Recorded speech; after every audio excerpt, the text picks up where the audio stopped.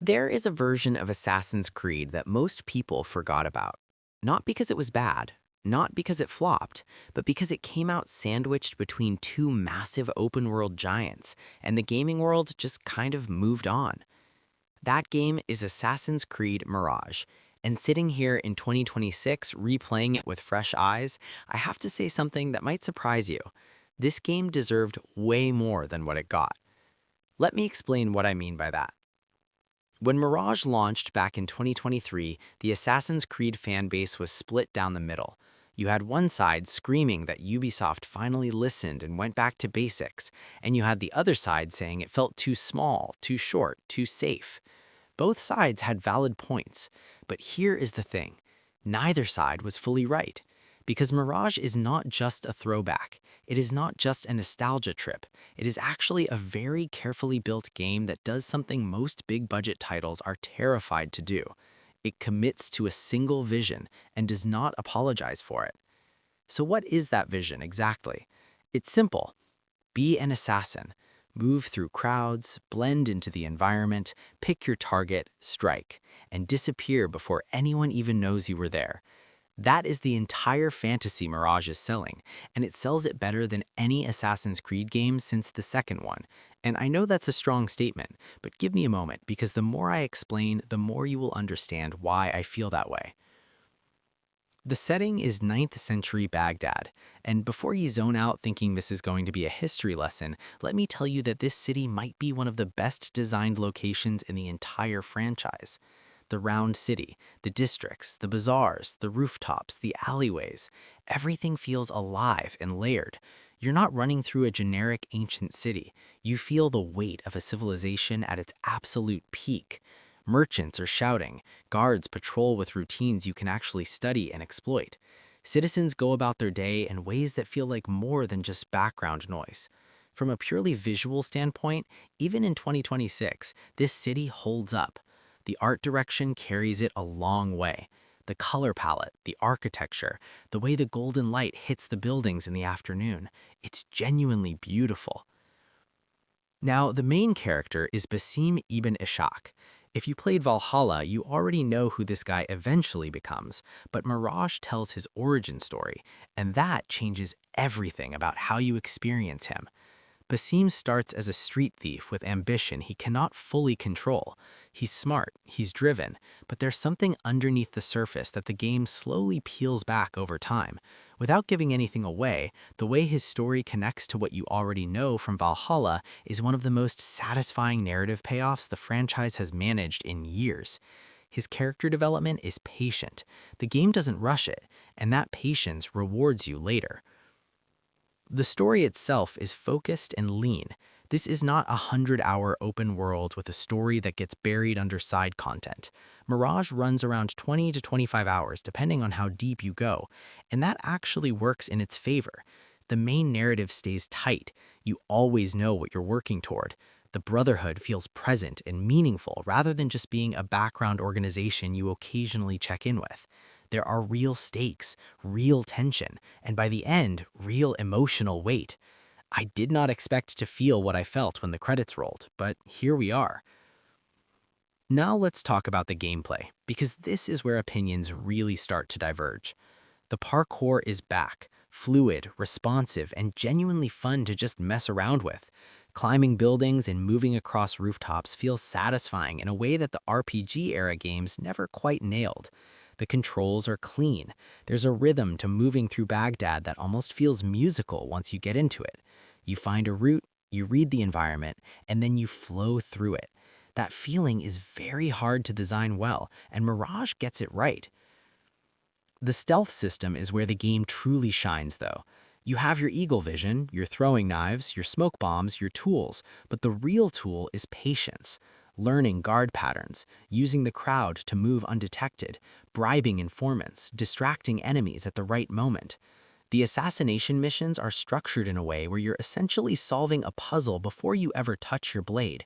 You gather information, you scope the area, you create an opening, and then you move. When it all clicks together and you pull off a perfect assassination where not a single person ever saw you, that feeling is something very few games can replicate. But here's where I have to be honest with you. The combat is probably the weakest part of the experience.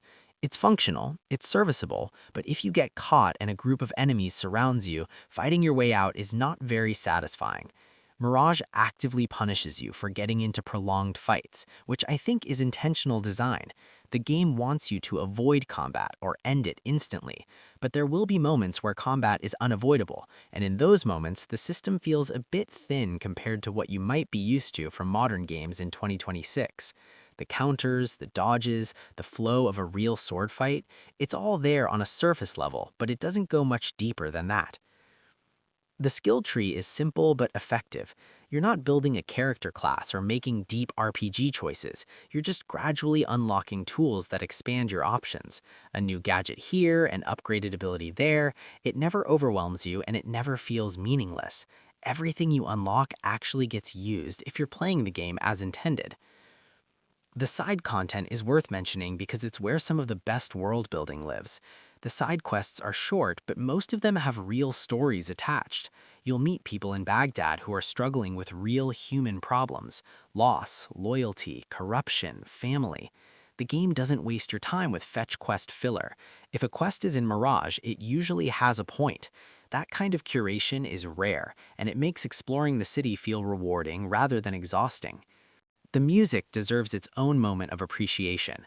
Brendan Angelides delivered a score that fits the game perfectly.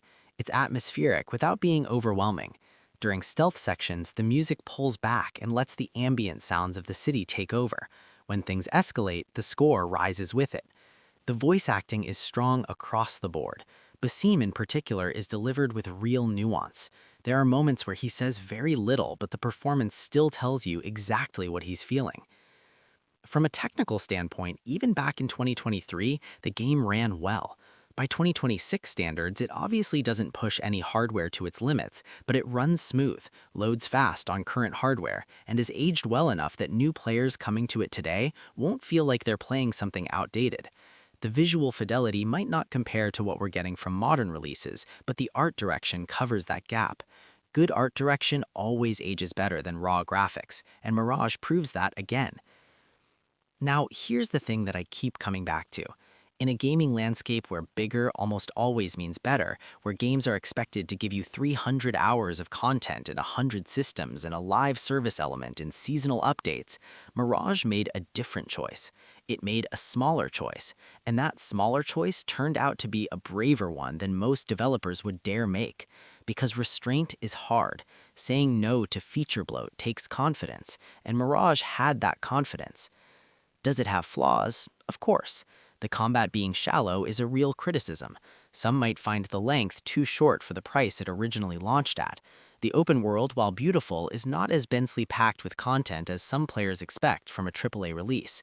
And the story, while good, doesn't reach the emotional heights of something like Assassin's Creed 2 or Black Flag. These are fair complaints. But taken as a whole package, Mirage is a focused, honest, and genuinely enjoyable game that remembers what made this franchise special in the first place. It respects your time, it trusts you to appreciate subtlety, and it delivers a complete, satisfying experience from start to finish. After spending serious time with it again in 2026, I would give Assassin's Creed Mirage a 4 out of 5. It's not a perfect game, but it is a game that knows exactly what it wants to be, and it achieves that with confidence and craft. For people who fell off the franchise during the RPG era and never went back, this is the entry point you've been waiting for. And for people who never played it at all, you're in for something genuinely special. If you found this review useful or it made you think about giving Mirage a shot, hit that like button. It genuinely helps more people find this channel. Subscribe if you want to see more deep dives into games both old and new, because there are a lot more of these coming. Share this with someone who loves gaming or someone you want to get into it, and drop a comment below telling me what your favorite Assassin's Creed game is. No wrong answers. I read every single one.